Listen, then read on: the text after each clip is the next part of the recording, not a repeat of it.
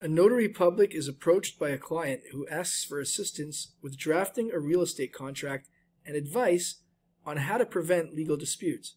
Which of the following actions can the notary legally perform without violating Judiciary Law 484?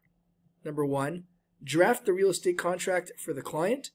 Number 2, advise the client on ways to avoid future legal disputes. Number 3, notarize the client's signature on the document without providing any legal advice. To help us answer this question, let's have a look at that judiciary law from the Notary Public License Law Booklet, section 484, entitled None But Attorneys to Practice in the State, and it states, no natural person shall ask or receive, directly or indirectly, compensation for appearing for a person other than himself as attorney in any court or before any magistrate, or for preparing deeds, mortgages, assignments, discharges, leases, or any other instruments affecting real estate, wills, codicils, or any other instrument affecting the disposition of property after death, or descendants' estates, or pleadings of any kind in any action brought before any court of record in the state, or make it a business to practice for another as an attorney in any court or before any magistrate, unless he has been regularly admitted to practice as an attorney or counselor in the courts of record in the state. So with all this in mind, let's have a look at our 4 choices to determine the solution. Choice A states only 3 is correct. Well, let's have another look at what 3 states. 3 states notarize the client's signature on the document without providing any legal advice.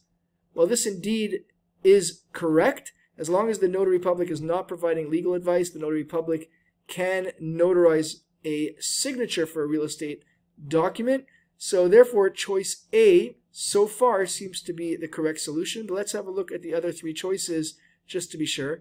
Choice B states 1 and 3 are correct. Now we've already established that 3 is correct, so let's have a look to see if number 1 is. Once again, number 1 states, draft the real estate contract for the client.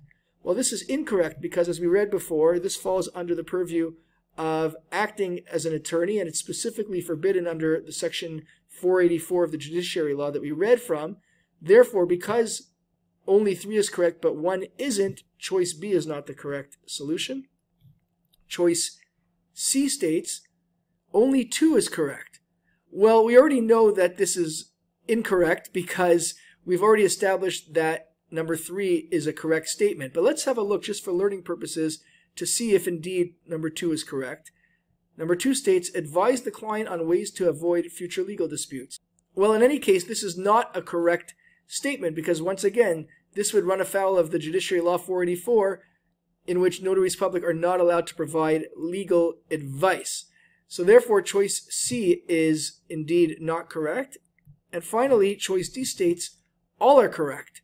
Well, again, we've already established that number 1 is not correct, and number 2 is not correct, and in fact only 3 is correct. Therefore, choice D is not the correct solution, which indeed leaves choice A. Only 3 is correct as our solution.